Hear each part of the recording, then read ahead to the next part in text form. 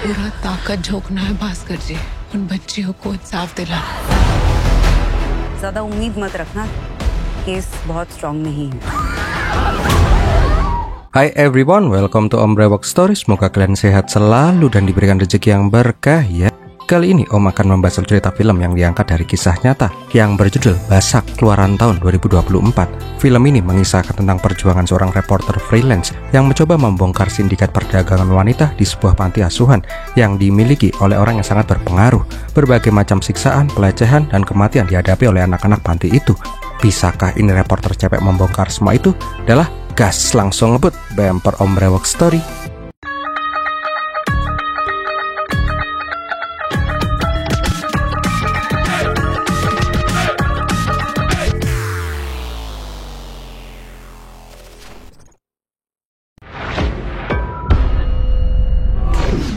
Tahun 2018, awal kisah kita diperlihatkan ada mas-mas yang bernama Sonu mendatangi sebuah losmen melati.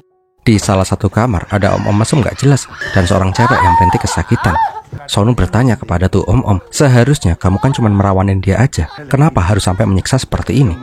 Dengan entengnya tuh om-om bangke pun bilang, pas aku mau garap dia malah berontak. Aku jengkel, terus lubang sumur tuh cewek aku masukin bubuk cabe. Duh, om dengernya aja ngilu parah. Nggak lama kemudian, Sonu pun laporan ke bosnya yang bernama Bansi Sahu. Bukannya menyuruh membawa ini cewek malang ke rumah sakit, Bansi malah menyuruh si Sonu untuk segera membunuh itu cewek. Singkat cerita, dengan mobil kijang, mereka pun membawa tuh cewek ke tempat kremasian para gelandangan. Sonu menyuruh bapak-bapak tukang kremasi untuk membakar tuh cewek hingga jadi debu. Nah, di saat itu Pak D ini pun nanya, siapa namanya? Sebab kematiannya apa? Terus dari kasta apa? Sonu pun langsung bilang, dia adalah properti Tuan Bansi Sahu. Jadi anggaplah kamu tidak pernah mengkremasi dia dan tidak pernah ketemu kita di sini. Beberapa bulan kemudian di kota Patna, ada cewek yang bernama Faisali yang dibangunin malam-malam. Faisali ini disuruh untuk menemui seseorang di suatu tempat. Rupanya Faisali merupakan seorang reporter freelance. Babji yang merupakan informan mau menjual informasi ke Sali. Dia membawa laporan audit dinas sosial tahun 2017-2018. Babji menjelaskan kalau ada laporan gadis-gadis di salah satu panti asuhan yang disiksa dan hilang. Tapi walaupun keluhan itu sudah dilaporkan, tapi tidak ada tindakan sama sekali sampai sekarang. Sali jelas saja kesel, tengah malam buta dibangunin dan dikasih informasi yang belum tentu faktanya. Apalagi si Babji ini minta uang Rp50.000 untuk informasi ini. Tapi si Babji yakin benar kalau informasi ini valid, bahkan dia bersedia dibayar setelah kasus ini naik dan viral. Karena penasaran, Sali pun mempelajari berkas yang diberikan oleh si Babji. Intinya sih, di panti asuhan Putri Manawapur diduga melakukan praktek perdagangan manusia. Nah, kepala redaksi tempat Sali bekerja yang bernama Baskar nggak setuju mereka mengangkat berita ini. Di satu sisi, ini belum pasti valid. Kedua, kalau emang benar, mereka akan nyenggol orang-orang kuat di pemerintahan.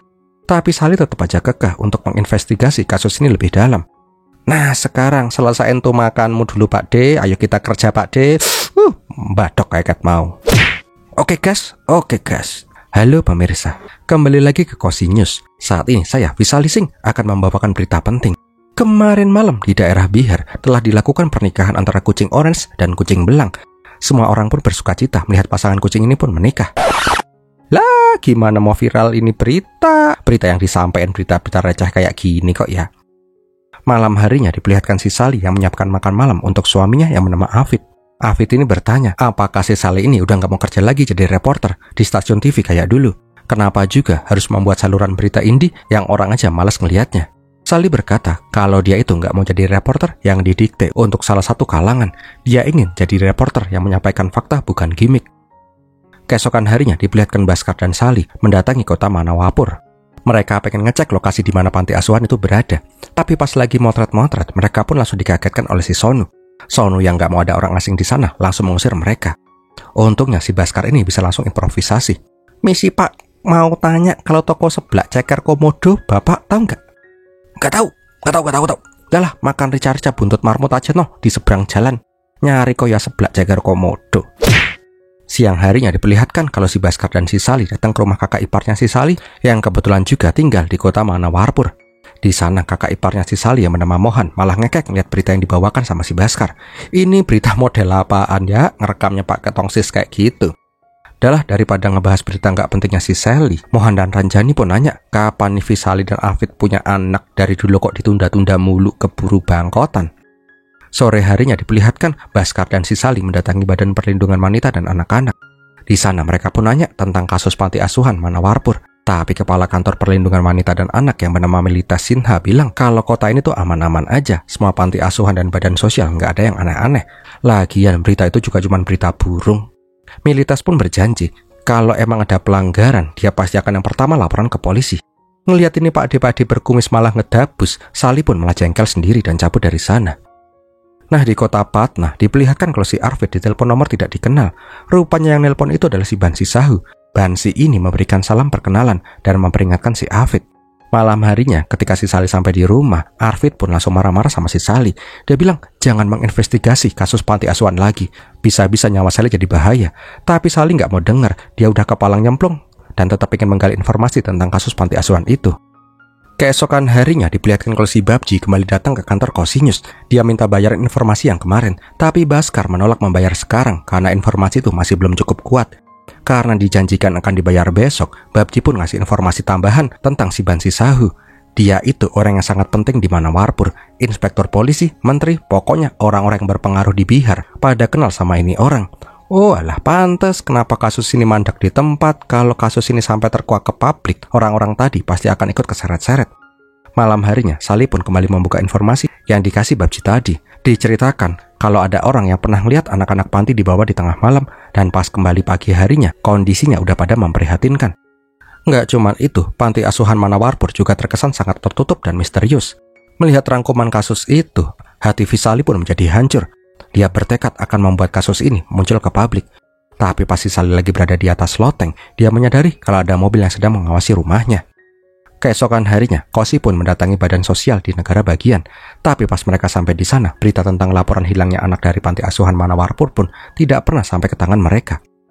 Di saat kembali ke kantor, kecurigaan mereka pun semakin besar karena kasus ini seperti ditutup-tutupi dengan sangat rapi. Nah, untuk lebih yakin, Sali ingin bertemu secara langsung dengan si Bansi Sahu itu. Malam harinya, Sali pun sengaja membawakan berita tentang kasus panti asuhan Manawarpur. Tujuannya untuk mencari perhatian dari si Bansi. Singkat ceritanya, cara itu pun berhasil. Keesokan harinya, Baskar dan Sali pun dipanggil ke rumahnya si Bansi. Lama bener ya nungguin si Bansi bangke itu. Tak minum dulu enak kali ya. Alah, udah keburu datang. Singkat katanya, Bansi pun memperingatkan dua reporter ini jangan usil.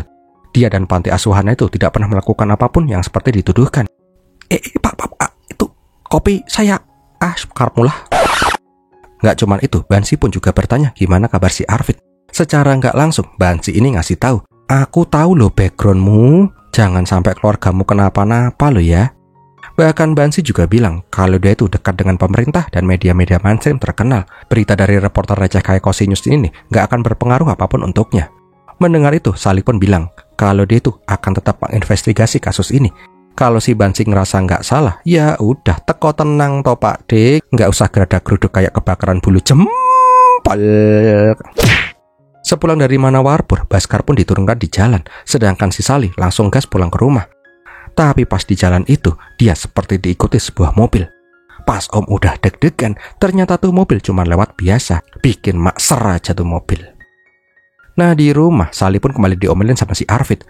Arvid itu sampai belum makan, gara-gara si Sali tetap aja ngeyel investigasi kasus panti asuhan Manawarpur. Udah capek, kesel di rumah masih diomelin, Sali pun muntap dan terjadi cekcok besar di sana.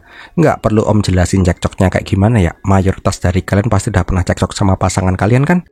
Intinya sih, Sali tidak akan berhenti dalam kasus ini, karena ada puluhan anak-anak cewek malang yang nyawanya dipertaruhkan di sini. Keesokan harinya, Baskar dan Sali pun mendatangi panti asuhan di sekitar Manawarpur. Dia menanyakan tentang informasi penyiksaan anak-anak panti. Dari satu panti asuhan ke panti yang lain, mereka pun menemukan titik terang, dan sampailah mereka ke sebuah panti asuhan. Di sana, ibu panti pun bilang kalau ada anak asuhnya yang pernah bekerja sebagai koki di panti asuhan Manawarpur. Ketika sudah datang, terlihat kalau dia tuh kelihatan pucat dan ketakutan. Pas disuruh duduk pun gitu aja, ini cewek malah bengong. Oi, ngomong, malah plonga-plongon dah doh pelolor-pelolor. Singkat katanya, Sali pun bilang kalau mereka adalah reporter yang sedang menginvestigasi kasus panti asuhan Putri Manawarpur. Sekecil apapun informasi dari si Suda akan sangat membantu. Tapi Suda sama sekali tidak ingin membuka mulutnya. Dia kelihatan ketakutan ketika membahas panti asuhan itu. Karena Sada tetap aja pelolor, Baskar dan Sali pun berniat pamit. Namun di saat itu, kenangan buruk Sali di panti asuhan itu pun muncul kembali. Sada pun berkata, Dia bersedia menceritakan apa yang terjadi di panti asuhan itu, tapi dia ingin identitasnya tidak disebutkan. So, nggak usah pakai lama deh, langsung aja ke ceritanya si Sada. Sudah pun bercerita kalau dia itu diantar sama ayahnya ke panti asuhan Manawarapur untuk bekerja di sana. Kemiskinanlah yang membuat si Suda disuruh bekerja di sana. Hari itu Suda pun bertemu untuk pertama kalinya dengan si Sono. Dari bau-baunya si Sono itu udah celamitan pas ketemu sama si Suda. Yang membuat anehnya lagi adalah pas mau masuk ke dalam panti asuhan, tuh pintu digembok dari luar. Nah, di dalam Suda pun langsung disambut oleh kepala panti yang bernama Baby. Ketika bertemu dengan Baby, ini emak-emak pun seperti emak-emak pada umumnya, terlihat baik dan penuh senyum. Tapi Suda merasakan ada yang janggal ketika bertemu dengan Baby untuk pertama kalinya. Ketika sudah dibawa ke kamar anak-anak, di sana Suda merasa kaget karena tidak seperti yang dia bayangkan. Cuman ada satu kamar yang penuh sesak dengan anak-anak kecil sampai remaja. Gak cuman itu, Baby juga berteriak-teriak dan memarahi semua anak-anak yang terlihat tidak punya semangat hidup. Baby juga bilang, dah, ini anak-anak sebagian gila, suka gigit. Kamu jangan deket-deket sama mereka ya, nanti kamu dicokot. Keesokan harinya diperlihatkan kalau si Suda memasak sarapan untuk anak-anak. Tapi ada salah satu anak yang bernama Rani datang untuk menemui si Suda. Terpengaruh dengan omongannya si Baby kemarin, Suda pun langsung ketakutan. Oh, jangan deket-deket, aku takut digigit. Tapi si Rani ini datang hanya ingin memperingatkan si Suda kalau orang-orang ini adalah orang-orang jahat. Kalau sudah punya kesempatan, mending dia segera kabur. Tapi sialnya, Rani malah ketahuan sama si Baby dan diusir. Bangkainya, Baby malah ngambil lobak dan langsung ngusal-ngusal tuh lobak ke belahan neneknya si Suda. Iyalah, langsung dicokot lagi. Merinding. Malam harinya Suda pun terbangun karena mendengar suara ribut-ribut di luar. Rupanya ada yang ketahuan mau kabur dan disiksa oleh penjaga panti. Karena penasaran, Suda pun malah keluar kamar. Di sana dia pun melihat ada mayat cewek yang dipopong-popong.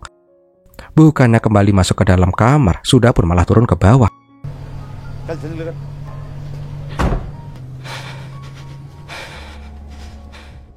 Ketika ingin mengecek kamar anak-anak panti, dia kembali melihat pemandangan yang sangat menyayat hati.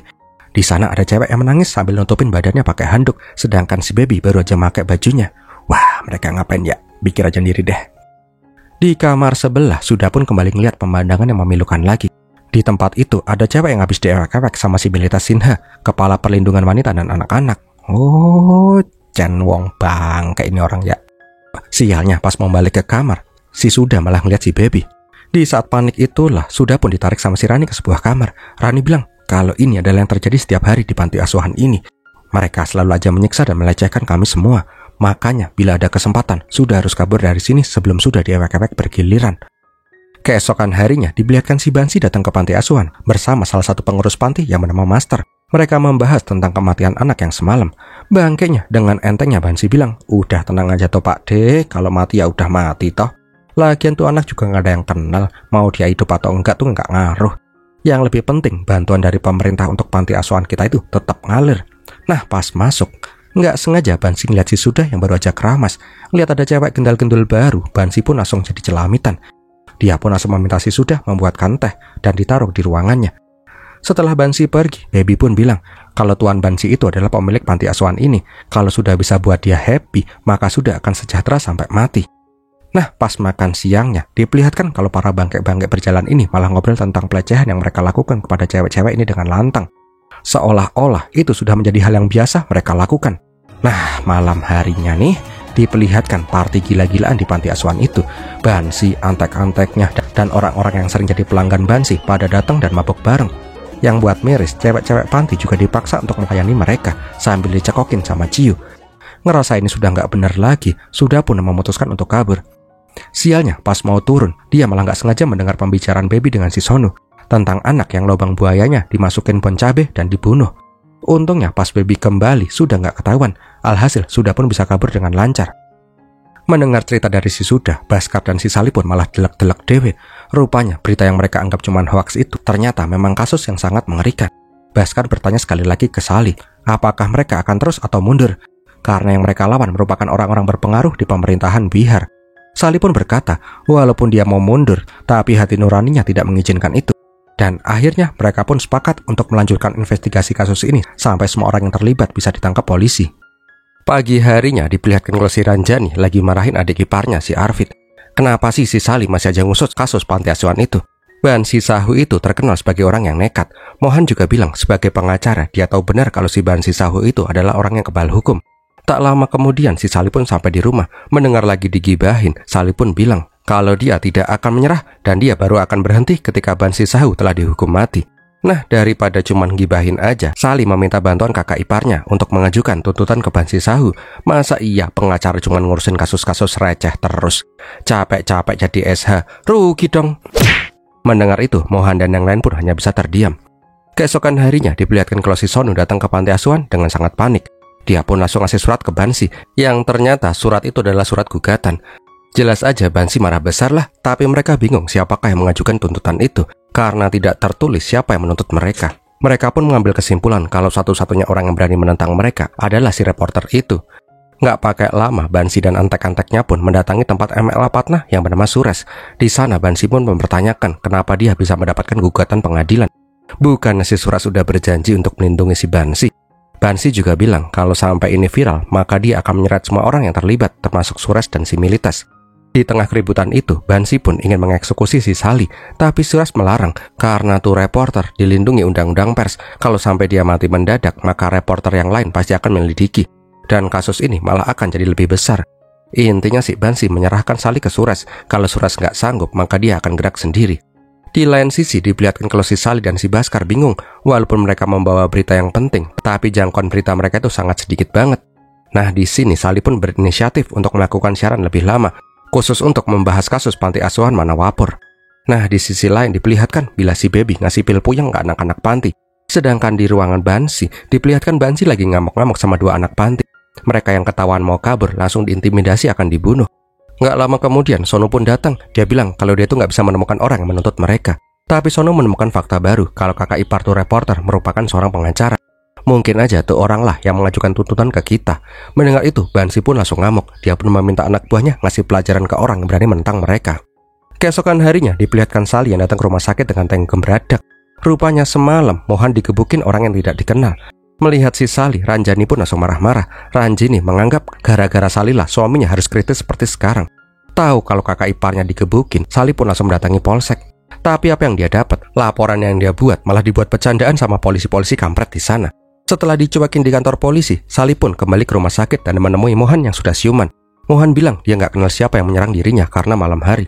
Sekali lagi, Sally meminta Mohan untuk mengajukan tuntutan ke Bansi karena dia yakin benar yang melakukan penyerangan itu adalah Bansi dan anak buahnya. Tapi Mohan malah marah-marah. Dia udah bilang jangan berurusan lagi dengan si Bansi. Ngeyel sih. Dia yang nggak tahu apa-apa aja digebukin, apalagi dia mengajukan tuntutan. Intinya sih, Mohan dan keluarganya udah nggak mau lagi kenal sama si Sally. Kalau Sally tetap aja mau mati, silahkan mati aja sendiri, jangan ngajak-ngajak. Mendengar itu, Sally pun langsung down. Nah, di luar, Arvid pun langsung menemui si Sally. Dia bilang kalau sekarang dia udah tahu penderitaannya si Sally dan mulai sekarang dia akan mendukung si Sally. Mendengar itu, Sally yang sempat down akhirnya menjadi semangat lagi. Dibantu suaminya, Sally pun langsung melakukan breaking news tentang apa yang dilakukan Bansi ke kakak iparnya yang digebukin tanpa alasan. Sally juga bilang kalau laporannya ke polsek tidak ditanggapi oleh para polisi korup. Keesokan harinya, berita itu pun ditonton oleh 400 orang. Lah, si Iman. Prakas, anak dari si Baskar bilang, kalau yang lihat cuman segini mah, berita kita nggak akan bisa dapat impact. Di titik ini, Baskar pun ngasih sebuah harapan baru. Di koran ditulis kalau ada kepala inspektur baru Bihar, yang merupakan seorang cewek. Nggak sampai seminggu setelah kedatangannya, dia pun langsung menangkap penjahat yang paling susah ditangkap selama ini. Nggak bakal lama kemudian, mereka pun langsung ke Polres untuk menemui Ibu Inspektur Jasmet Kaur.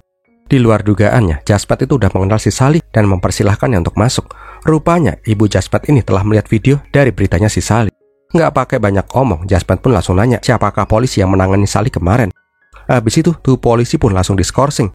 Jasmet pun berjanji akan mengusut kasus pemukulan Mohan. Nah, mumpung di depan si Jasmet nih ya, Baskar dan Sally pun juga membahas tentang kasus panti asuhan Manawarpur. Tapi Jasmet tidak bisa mengambil keputusan di kasus ini karena tidak adanya bukti. Kalau memang polisi mau mengusut, setidaknya harus ada laporan resmi. Sally bilang kalau kemarin ada yang menggugat si Bansi, tapi malah dia yang dituduh melakukan laporan itu, dan hasilnya kakak iparnya nyaris saja ketemu bapak di surga. Mendengar itu, Jasmet pun berjanji dia akan berkonsultasi dengan komandannya dan semoga aja ada titik terang. Siang harinya diperlihatkan ada mobil polisi yang mendatangi panti asuhan. Melihat polisi, Baby dan Master yang lagi cekikikan langsung jiper. Rupanya para polisi ini ditugaskan untuk menangkap si Sonu atas kasus pemukulan Mohan. Polisi endut bilang, kalau ini bukan perintah Bu Inspektur yang baru, aku juga males ke sini, Pak. Nah, pas si Bansi keluar, Bansi pun langsung marah-marah. Nggak ada seorang pun yang bisa masuk ke panti asuhan ini tanpa seizinku. Bansu juga berkata, biar aku yang ngurus tuh inspektur baru. Dah kalian pada pulang aja. Malam harinya diperlihatkan kalau si Babji kembali datang ke Kosinyus. Dia protes kenapa uangnya belum juga dikirim-kirim. Tarsok mulu perasaannya. Setelah berdebat, akhirnya baru deh diketahui kalau yang mengajukan gugatan ke Bansi itu adalah si Babji dengan anonim. Oh alah tekek, gara-gara ente mohon sampai kasar-kasar no di rumah sakit. Nah di tempat lain, Jasmine pun menepati janjinya berbicara ke atasannya. Tapi atasan Jasmine bilang polisi tidak bisa bergerak sebelum dapat izin dari Departemen Kesejahteraan Sosial. Biarkanlah mereka melakukan investigasi dulu. Setelah dimintai bantuan, baru deh polisi bisa bergerak. Merasa kasus ini bakalan buntet, Jasmine pun langsung menghubungi si Sally. Malam harinya, Sally pun diundang ke rumah dinasnya si Jasmine. Jasmine menjelaskan semuanya, kalau polisi nggak bisa bergerak kalau Departemen Sosial nggak gerak duluan. Sally pun mengatakan kalau salah satu antek Bansi adalah Milites yang merupakan kepala kantor pelindungan anak dan wanita. Ya nggak mungkin lah mereka bergerak duluan ya Bu. Jasper pun sadar akan hal itu. Makanya Jasper meminta si Sally lah yang mengubah semua ini. Dia ingin si Sally memikirkan cara agar departemen ini mau bergerak duluan. Keesokan harinya, Sally dan Baskar pun kembali bingung gimana caranya agar tuh departemen bangke mau bergerak. Nah, di sini Sally pun punya ide brilian. Dia akan memanfaatkan Menteri Sures dan istrinya yang merupakan Menteri Departemen Sosial Bihar. Kita incar mereka duluan, biar mereka bergerak dengan sendirinya. Beberapa hari kemudian, Baskar pun mendatangi kantor MLA Sures.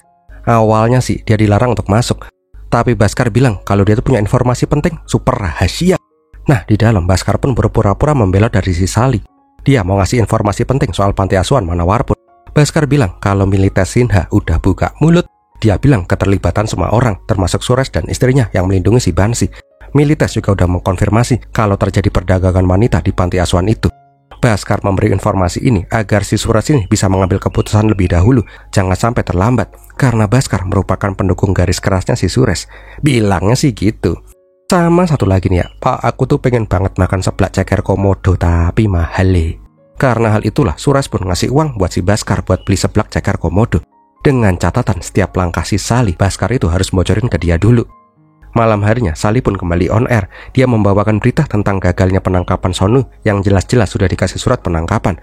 Ini semua bisa terjadi karena Bansi Sahu di backing sama orang-orang penting di pemerintahan.